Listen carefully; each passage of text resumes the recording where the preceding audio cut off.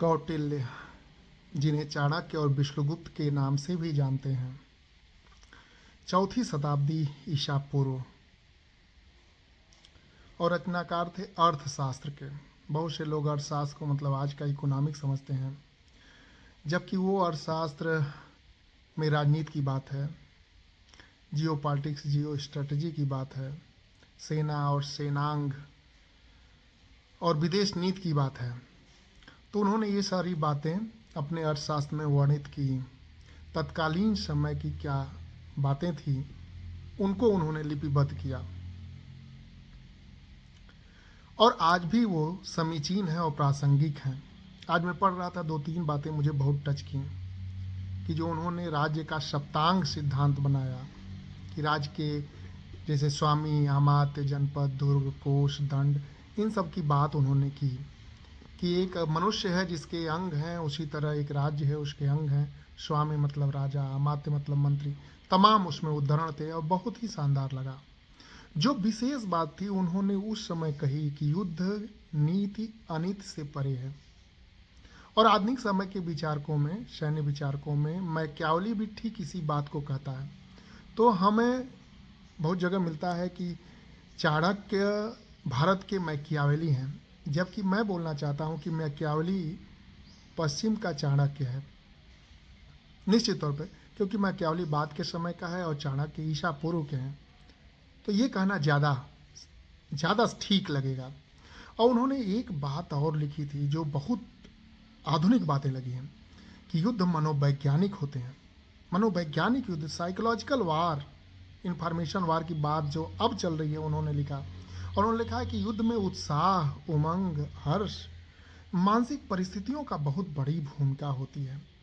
तो मानसिक परिस्थितियाँ क्या हो सकती हैं? जो इनहेरेंट है, अंदर शक्ति है, जो मनोवैज्ञानिक तत्व है, शूरता है, वीरता है, उत्साह है, और आपका अनुशासन है, आपके अंदर ईमानदारी है, लड़ने की प्रवृत्ति है, इच्छा शक्ति है। तो उन्होंने इस मनोवैज्ञानिक तत्वों को युद्ध में एक महत्वपूर्ण भूमिका दी। ये बातें मुझे बहुत ही अच्छी लगी, कि कितना समय से दूर तक देखते थे, इसीलिए दूरअंदेशी होने की वजह से वो महान हुए। और कोई व्यक्ति जब अपने समय से आगे देखता है तो निश्चित तौर पे वो महान होता है। जो भी पीछे सुभाष चंद्र बोस जी दिख रहे हैं, इन्होंने भी अपने समय से बहुत आगे देखा है, इसलिए वो महानतम है। तो कौटिल्य की बातों में इस तरह की बातें खूब दिखी, और उन्होंने साफ बोला कि युद्ध में कोष और दंड, जैसे साम, दाम, भेद, दंड तो उन्हीं का दिया हुआ है, कि अगर कोई राज्य आपका शत्रु राज्य न माने आपकी बात, तो साम यानी वार्ता से उसको मनाने का प्रयास करो। दाम मतलब लोगों को, उसके अमात्य को, उसके मंत्री को, उसके सेनापति को, उसके सेनांग को दाम से यानी पैसे से खरीदने का प्रयास करो, जिससे आपकी बात बन जाए।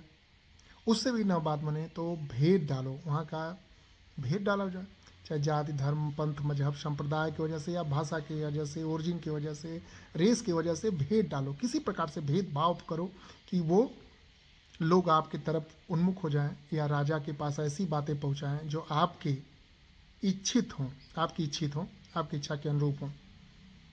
और अंत में उन्होंने बोला है दंड यानी सेना, यानी युद्ध का प्रावधान। साम खत्म हो जाए, फिर दाम का कोशिश करिए, फिर भेद, सब बेअसर हो जाए, तब अंत में दंड यानी लड़ाई की बात करो, पहले कोई बात ना करो। तो उन्होंने कोष और दंड की बात कही है, कि किसी राज्य के लिए कोष और दंड। जब उन्होंने सप्तांग में मित्र को डिफाइन किया, तो उन्होंने कहा कि मित्र वही है जो समय पर काम आए, मित्र वही है जो धन से आपकी मदद करे। मित्र वो नहीं है कि जो केवल सेना से आपकी मदद करे। युद्ध तो कभी कभी होगा, लेकिन अगर धन है आपके पास, हीरे जवाहरात, सोने चांदी, असरफियाँ हों, उस समय गाय को ही धन माना जाता था, बार्टर सिस्टम उस समय था। तो अगर धन से आपका कोई शत्रु, कोई मित्र राष्ट्र मदद कर रहा है, तो असली में वो आपका मददगार है। तो कोष को उन्होंने बोला, राजकोष को यानी ट्रेजरी को मेन राज्य की ऋण बोला, और दंड यानी सेना अगर मजबूत होगी तो राज्य विस्तार की कामना स्वामी अर्थात राजा कर सकता है।